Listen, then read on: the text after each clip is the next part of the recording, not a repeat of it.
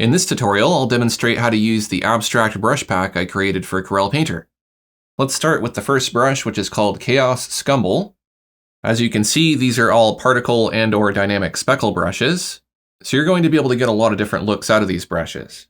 I'm going to select white to paint with, and this is one of a few brushes that can paint on a thick paint layer, but we'll start with the default layer first. If I paint with this brush using light pressure, then I get this thicker, clumpier paint. And if I press with heavier pressure, then the paint spreads out more and the particles have more movement.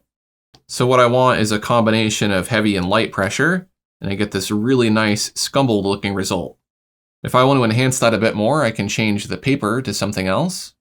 Let's use something with more contrast, like simulated wood grain, and I'll make sure the scale and contrast are at their maximum. Now my paint settles into that texture, and I get more of a scumbling effect. I'll show you how it looks with other colors added in as well. As you can see, there is a bit of color variability. You can control this in the color variability panel. I'll clear this layer, and let's take a look at how this looks on the thick paint layer. At first, it doesn't look any different until we add some visible depth. Then you'll begin to see the paint stands out from the canvas.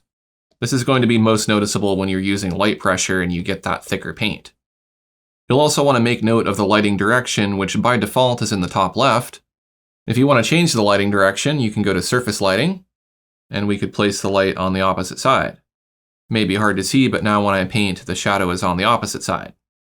The gesture you use with this brush also affects how the brush looks. If I use a really slow stroke, then I'm going to get something that's a bit more contained. But if I do a fast stroke, or I twirl my stroke around, those particles are going to spread out more. Moving on to the next brush, we have Clumpy Splatter. When I paint with this brush, the paint splatters and pools together. And when I lift my paint up, the paint diffuses and looks sort of wet and oily. And I can add colors to this and build it up. Lighter pressure will get me more of a splattery effect. Heavier pressure will get me more of a particle effect. You can also control the pattern you get when your paint clumps together. For example, I was using simulated wood grain, but I could choose fine dots. And now my paint clumps together in a different way. I'll change it back to simulated wood grain. The next brush is Crop Circles. If I do a spiral shape, you can see why I call this crop circles, because you get kind of a crop circle effect, where it looks like a field of grass is kind of matted down and stuck together in a pattern. But aside from drawing crop circles, you could also use it just to fill in the background with a nice wavy pattern. If you wanted something kind of aquatic looking, you could use different blues. And it creates a really nice texture. It's also very oily, so if I blend colors into that, they're going to mix together in an oily way. The next brush is Falling Particles. As the name implies, you can create particles that look like they're falling. This is a glow brush, so it's best used on a dark background and with a dark color.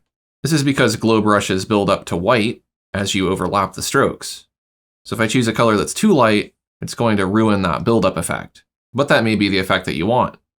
You can use this brush with darker colors if you like as well. And if you're using this brush on a layer, you may want to set the composite method of that layer to either screen or perhaps color dodge. That'll help it blend with the background and look more like light rather than being opaque and covering what's underneath. The next brush is Floppy Pen. I'll select white for my color, and I'll sketch sort of an apple shape here. You can see I get a really nice loose looking sketch.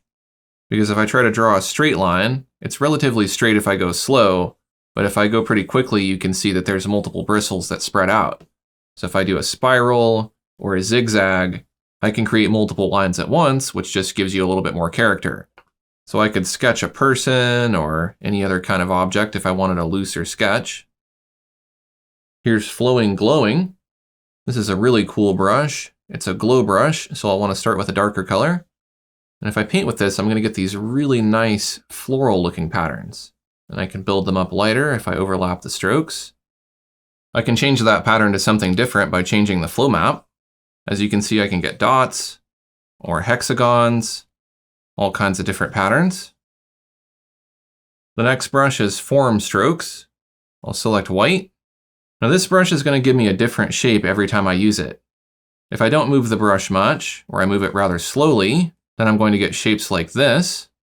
But if I move it quickly, then the shapes have more character. So I can really quickly just draw in some various strokes here, and I can use this as my sketch. and it gives me some idea of the form of the turtle. Or if I wanted to do a dragon, I could do something like this, where I have a cylindrical body, and I could have arms and legs that come out like this, using really light pressure to get these small strokes. You could also use this with a bigger brush if you just wanted to use this to create abstract art like this. You can put in some different colors. Here's Iridescent Ripples. I'll select a dark color here because this is a glow brush. And as its name implies, you get these nice iridescent looking ripples. Now I'm creating kind of zigzaggy horizontal strokes. The more I move this brush, the more the particles are going to spread out. If I use lighter pressure, then I'm going to get kind of broken strokes that don't show up as much. Heavier pressure will give me a nice thick stroke. And I could experiment with this brush to get all kinds of different looks. I could create feathers and all kinds of things that this brush was not necessarily intended for. Here's Light Web. This is also a glowing brush. I'm just going to tap and hold and wiggle. And when I do that, my particle moves around a little bit and it whips in some little details here. If I stop moving my pen, then I get nothing. But if I continue moving my pen, it starts generating some lines and strokes again. You can see I'm getting something really, really random. If I use firm pressure, I can create interesting little scribbles, and I can get different shapes every time. Let's take a look at Loose Thick. I'm going to paint on the thick paint layer. I'll also show my flow maps panel, and I'll select the clouds flow map. I'll create some stems, and you can see I get this really nice thick paint, and I can control the thickness of the paint.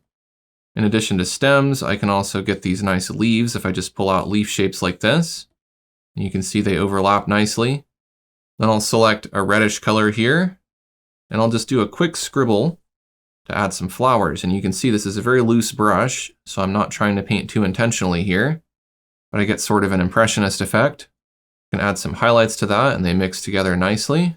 And if I do some strokes, you can see how this brush works. If I wanted to create something a bit more abstract, I could select different colors and do different strokes like this. Here's a brush called Neural. I'll paint the stroke with this brush and just kind of overlap some strokes, and you can see that the paint kind of clumps together in an interesting way. There's areas that you can't fill in, and these connections are based on the flow map, so if I choose a different flow map, then I get a slightly different pattern. Let's try the hexagon and see how that looks. Now you'll notice that there's some thickness to this paint. If you don't like that, you can clear the impasto, or you can go up to the impasto panel and you can control the depth here. This isn't going to work like visible depth does, where it controls the paint already on the canvas. This is only going to control the depth of future strokes. Unfortunately, this brush does not work on a thick paint layer. Let's try some popcorn. If I do a stroke with light pressure, then I get these little speckles or little bits of popcorn. But if I start to use heavier pressure, I can make the popcorn pop and it spreads out and it gets bigger. Yeah, that's why this is called popcorn. Now you know. It's hard to come up with names for brushes. But I can get this really nice glittery effect if I just build this up. So maybe this would work well for painting galaxies or glitter and things like that. Here's a brush called Rings. And if I paint with this brush, I get these oily ring shapes that kind of clump together. And if I build up different colors, I can get a really interesting effect. If you want the rings to be smaller, you can use lighter pressure. If you want them to be bigger, you use heavier pressure. Here's a brush called Shapeshifter. This is another brush where changing the gesture is going to change the look of your brush. But as you can see, I get this nice oily paint, and it shape shifts into different shapes, which gives me some really interesting random patterns that I can build upon. I can add some other colors into it, and it works really well for creating abstract art.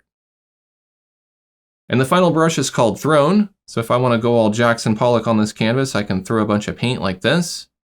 This brush does work on a thick paint layer. So if I put it on a thick paint layer, then I can control the thickness on the fly. I'm just doing kind of quick strokes like this. I can create splatters like this by doing swirly strokes. I can also use lighter pressure to get fine, smaller splatters, or heavier pressure to get bigger, thicker splatters. There you go, that was a demonstration of how to use my abstract brush pack for Corel Painter. You can download this brush pack on my website at aaronrutten.com.